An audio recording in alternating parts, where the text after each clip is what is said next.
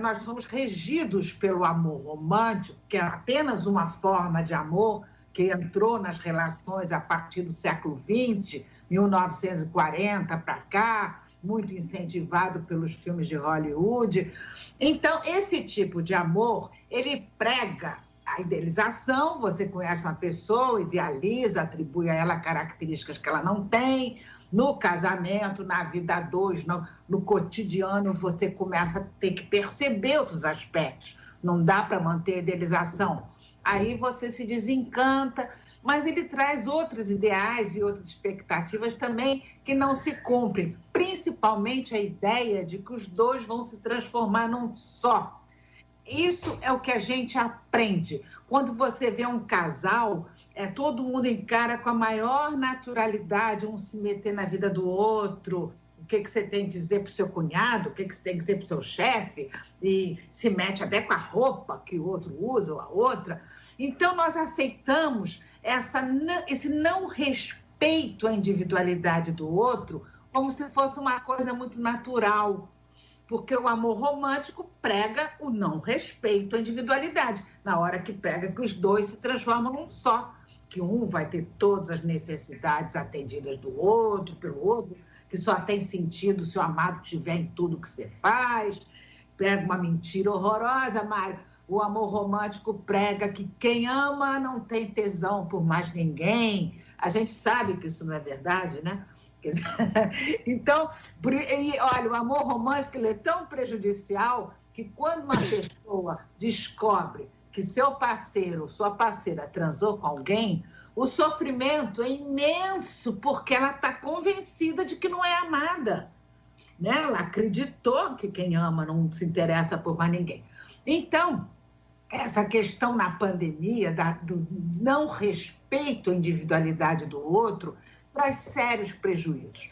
Eu espero que, quando acabar a pandemia, as pessoas que estão vivendo isso percebam, se deem conta da importância do respeito à individualidade para uma relação amorosa. Eu só acredito, Mário, que uma relação pode funcionar bem se houver total respeito ao outro, seu jeito de pensar, seu jeito de ser, seu comportamento, liberdade de ir e vir, cada um poder ter seus amigos separados do outro. Eu não sou obrigada a gostar de todos os amigos do meu marido, nem ele dos meus amigos. Ter programas independentes, de repente ele adora teatro, eu não gosto de teatro, vamos supor, então ele não vai deixar de ir ao teatro, porque é muito importante a gente saber que numa relação amorosa, quando você faz alguma coisa só para agradar o outro, coisas que você não tem vontade, o preço cobrado da relação inconscientemente pode ser muito alto depois.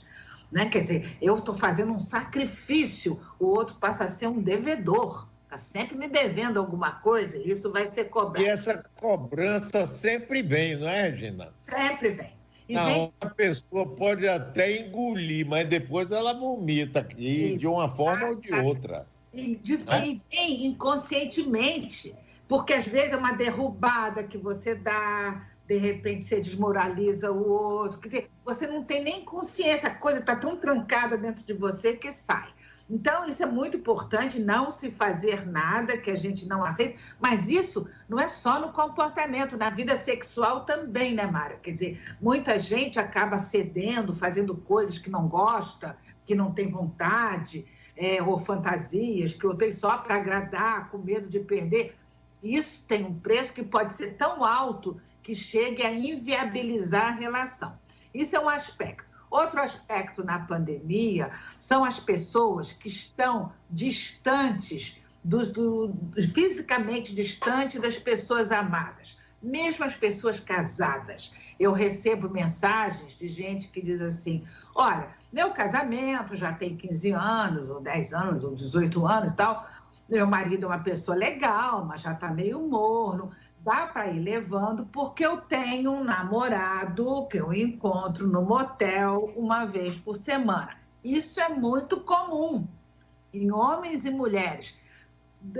Durante muito tempo só foi comum nos homens, né? Porque para a mulher era muito mais perigoso, não existia métodos contraceptivos, mulher podia engravidar, né? Esse era um problema. Mas depois da pílula, essa mentalidade começou a mudar. Homens e mulheres hoje têm tantas relações extraconjugais a mesmo nível. Não existe mais isso de homem ter e mulher não ter. Então, muitas pessoas me escrevem dizendo o seguinte: eu não estou podendo encontrar meu namorado, estou sentindo falta do contato físico. Isso é um aspecto. O outro é a pessoa solteira.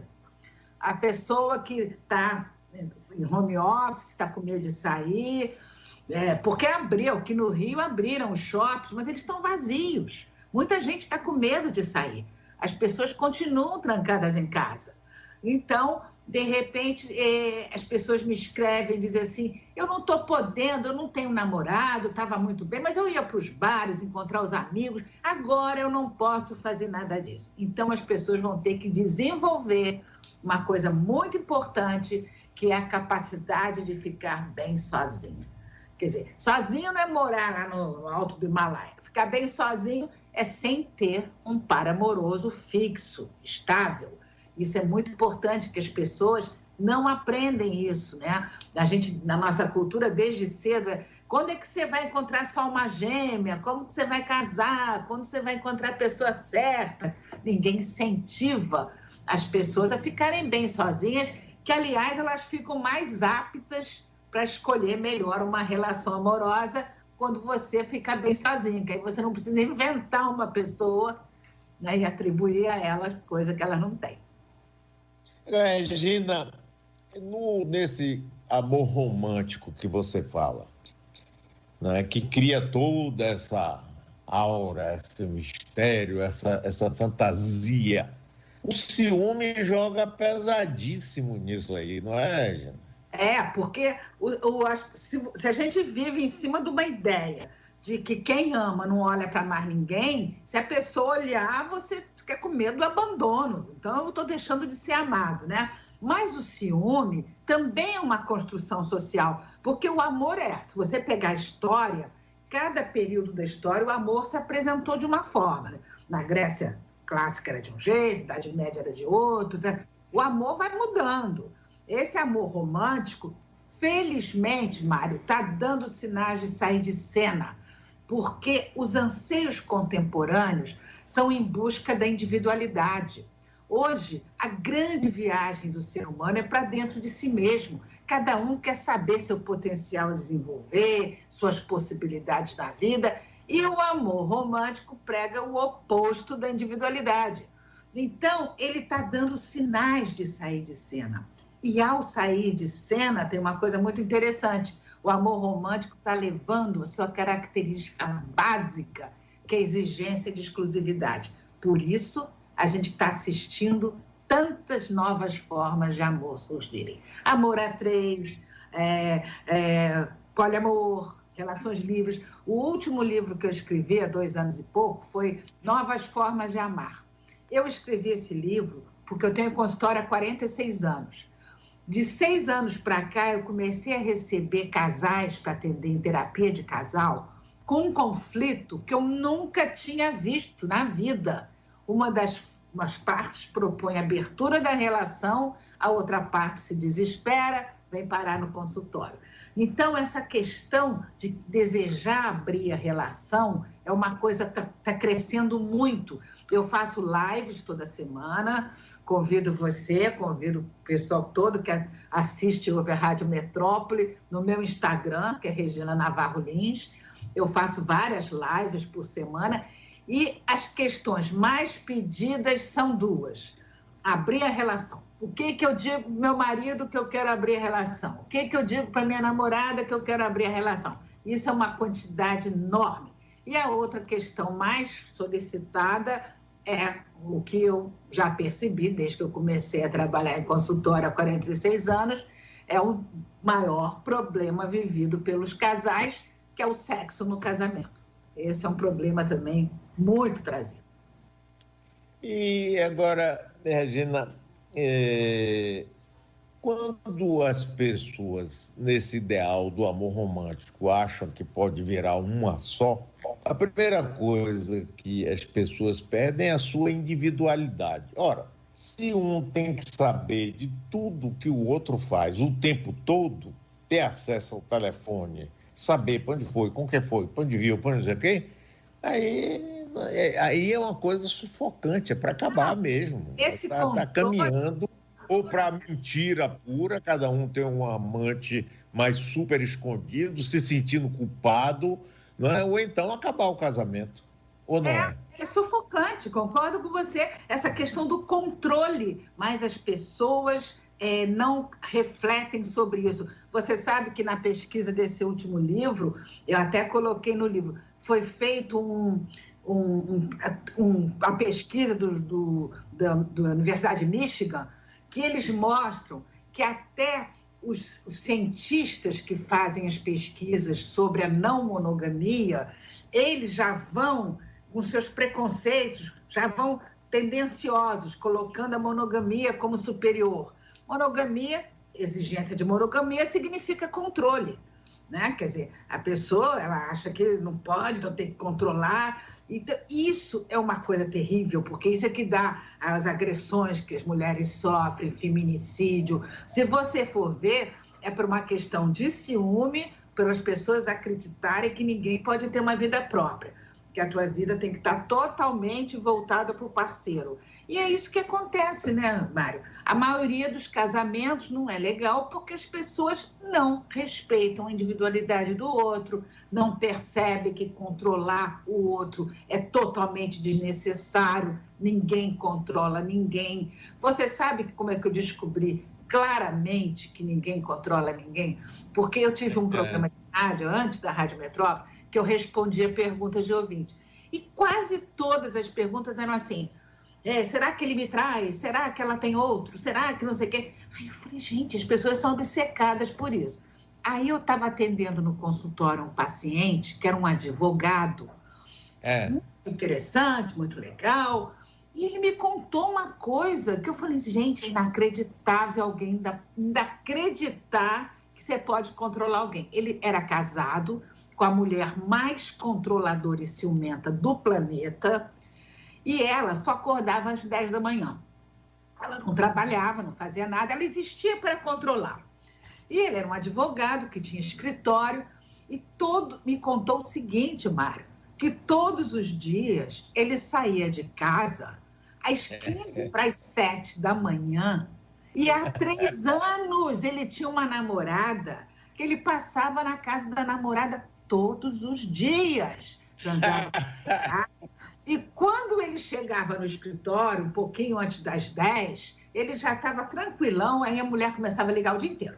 Com quem que você saiu? Quem almoçou? Quem sentou do teu lado? Aí, quando eu ouvi essa história, eu formulei uma frase que eu coloco nas redes sociais, no Instagram, tudo. Gente, ninguém tem que se preocupar se o amado transa ou não transa com outra pessoa. Você só tem que responder 2 perguntas para você mesmo. Me sinto amado? Me sinto desejado? Se a resposta for sim para as 2, o que o outro faz quando não está comigo não é da minha conta. Eu concluí que essa é a forma mais inteligente de se viver, na medida que ninguém controla ninguém. Então, vão apenas perceber se a gente está bem na relação. A relação é boa, é gostosa, me sinto amado, me sinto desejado, o homem também se sente amado. Então, está tudo certo, não tem nada a ver, porque eu nunca vou saber o que meu marido faz quando a gente não está junto, né? Pois é. A única coisa que basta é a pessoa respeitar a outra, né? Você não precisa estar ostensivamente, não é, fazendo coisas desagradáveis para sua parceira, nem seu parceiro, mas... Agora, durante a pandemia, Regina, teve um ouvinte que mandou um recado aqui que eu achei interessante. Isso é meio verdade, meio piada. Ele disse assim, olhe, eu não saio, não posso sair, não vejo meus amigos, não posso namorar fora de casa, não posso ir para futebol. E aí, depois de 29 anos de casado, eu comecei a conversar com minha mulher e eu estou achando que ela pode ser uma pessoa até interessante. Bem, graças a Deus. Precisou da pandemia para quase 30 anos, né, depois. Pois é. Não, tomara que muita gente tenha percebido isso, né, Mário? Pode ser casais que estavam cada um pensando em outras coisas, ninguém se ligando, mas a gente vai ter que esperar um tempinho para avaliar. Eu acho que grandes mudanças vão acontecer. Acho que a gente foi pego de surpresa, é uma coisa muito séria o que está acontecendo. E a gente tem que cuidar da nossa saúde mental, né? Porque tem gente que está ficando deprimido com isso, tem gente que fica, eu não posso, não convivo com ninguém. Ainda bem que hoje tem internet, né? Ainda bem que tem filmes, né? Que você pode ver filmes ótimos o tempo todo, se você quiser, séries e tal. Mas é difícil, porque existe o medo do desemprego, existe o medo de depois você não conseguir retomar sua vida. Então, é um momento bem difícil. Pelo menos se as pessoas conseguissem transar a sua área afetiva, né, amorosa, sexual, de uma forma melhor, já seria um alento, né? Você acha que está havendo muita separação exatamente por esse convívio forçado? Assim, agora, eu, por exemplo, estou aqui há 120 dias, né? Agora já 122 dias. O convívio de casais há cento e tantos dias, assim, isso tem gerado, no seu entendimento e acompanhamento, separações? Sim, eu tenho lido, né, outras pesquisas de outros lugares, e mesmo aqui no Brasil saiu uma pesquisa que mostra que a busca de separação no Google, na internet, aumentou muito.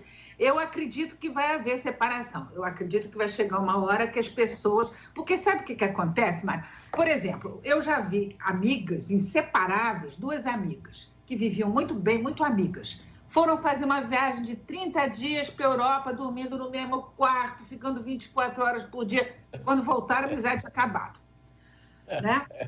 Também quando alguém chama alguém para ser sócio, eu conheci, adorava, melhor amigo, maravilhoso, chamou para ser sócio, um mês depois tinha acabado a sociedade, acabado a amizade e tal. É porque em determinadas situações de exceção, você passa a perceber aspectos no outro que você não conhecia, você não sabia daqueles aspectos. Então, essa amiga que viajou e rompeu a relação antiga de anos, décadas, podia nunca ter visto esses aspectos na amiga. E no casamento, na pandemia também. De repente, tem gente trancada em casa que começa a perceber aspectos no outro, por conta dessa exceção toda, que não tinha percebido ainda. Ainda tem a questão dos filhos, que tem muita gente, muito casal que está com os filhos. Eu tenho uma paciente que ela me diz assim, gente, eu estou trabalhando em casa, meu